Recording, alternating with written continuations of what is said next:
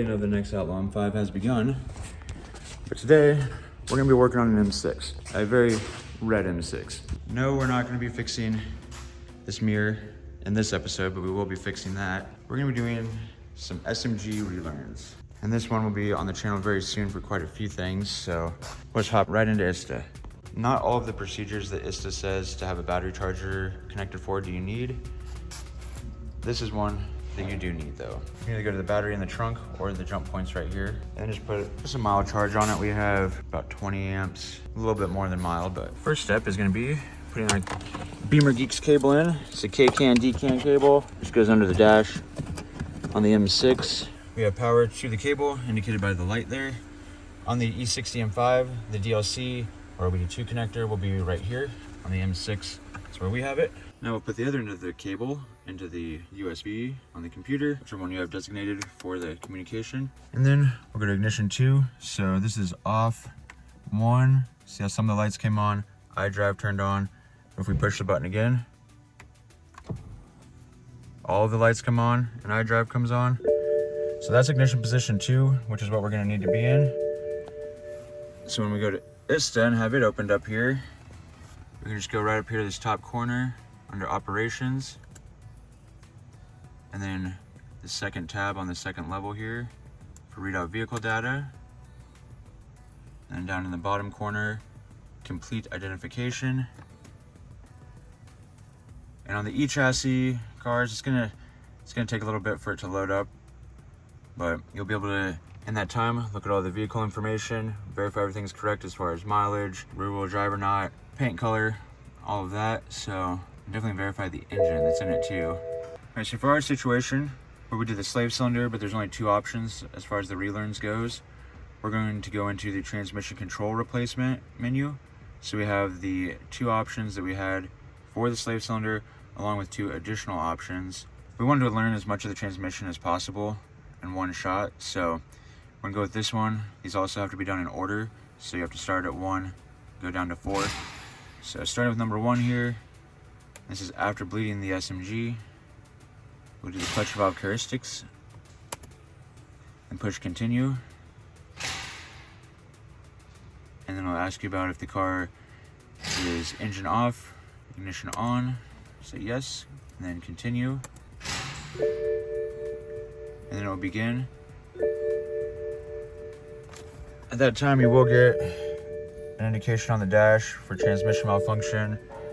iDrive will tell you clutch adaption active. Then you can watch here that it is running the test.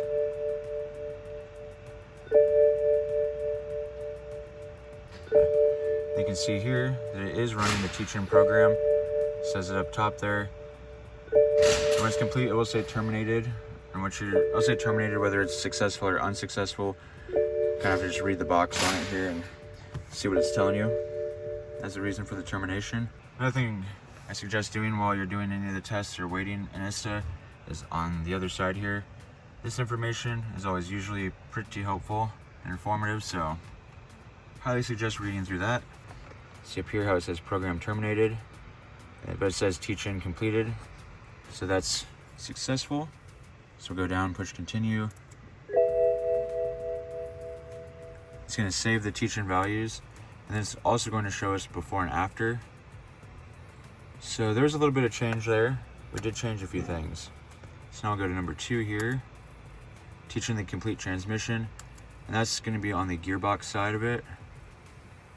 So here we go. No park brake applied. And then having the clutch disengaged, so having a neutral, engine off, ignition on.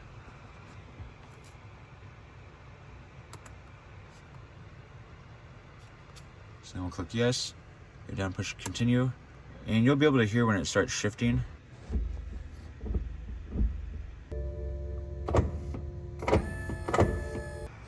Alright, then I'll say program terminated, and then it also says the learning of the gearbox has been completed. So then push continue. And then same thing with the saving of the teach-in values. not have too much as far as change goes on that one.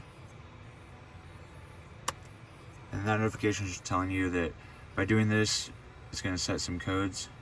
It's usually SMG 1, 2, and 3 codes for CAN communication. We can just clear those. Same thing happens when you flash a tune onto the E60 M5 DME. But we'll go to number 3 here, teaching clutch slipping point.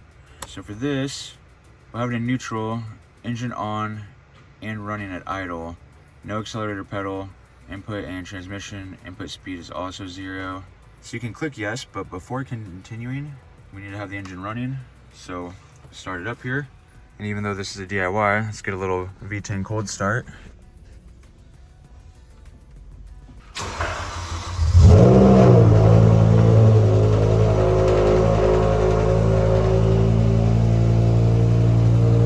Anyway, now we can push continue.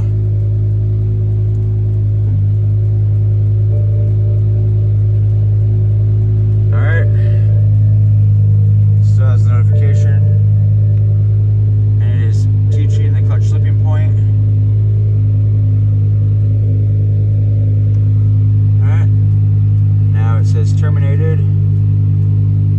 It does not say that it failed, so we can push continue. And once engine off, ignition on.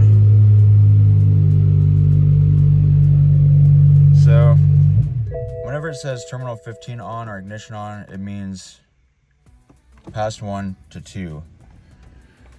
So ignition 2, and then push continue.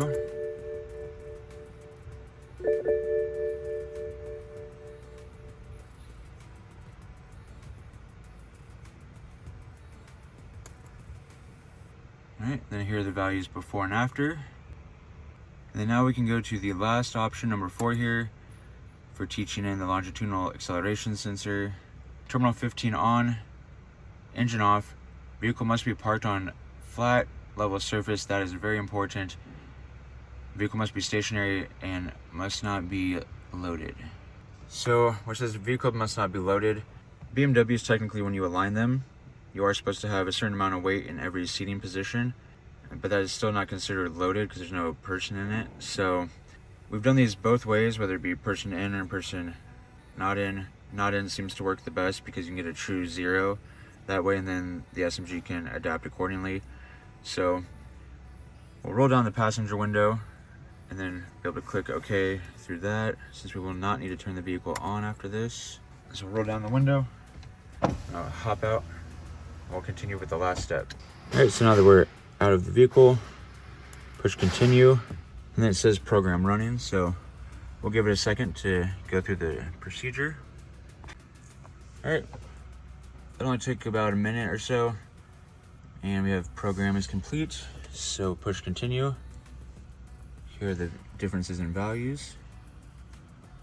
All right, now that we've completed all of the procedures here, go back to the return to menu. All right, and then you can just go ahead and click number 6 down here for in test module. And then what we'll have to do will be go back to vehicle information, display fault memory down in the corner, pull up these codes, and then we will click the option here for delete fault memory. We're gonna have to do this twice though. So it's deleting, all the modules will turn gray, and then it should automatically do another whole vehicle system test, and the modules will come back green, and there'll be a couple that are yellow.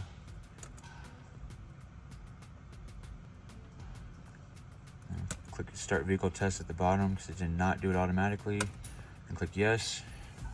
Now you can see it going through the different modules.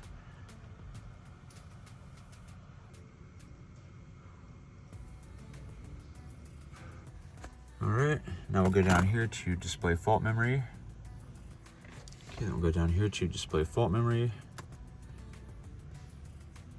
And typically, you would have the SMG 1, 2, and 3 CAN codes here, but the only one now is the alternator.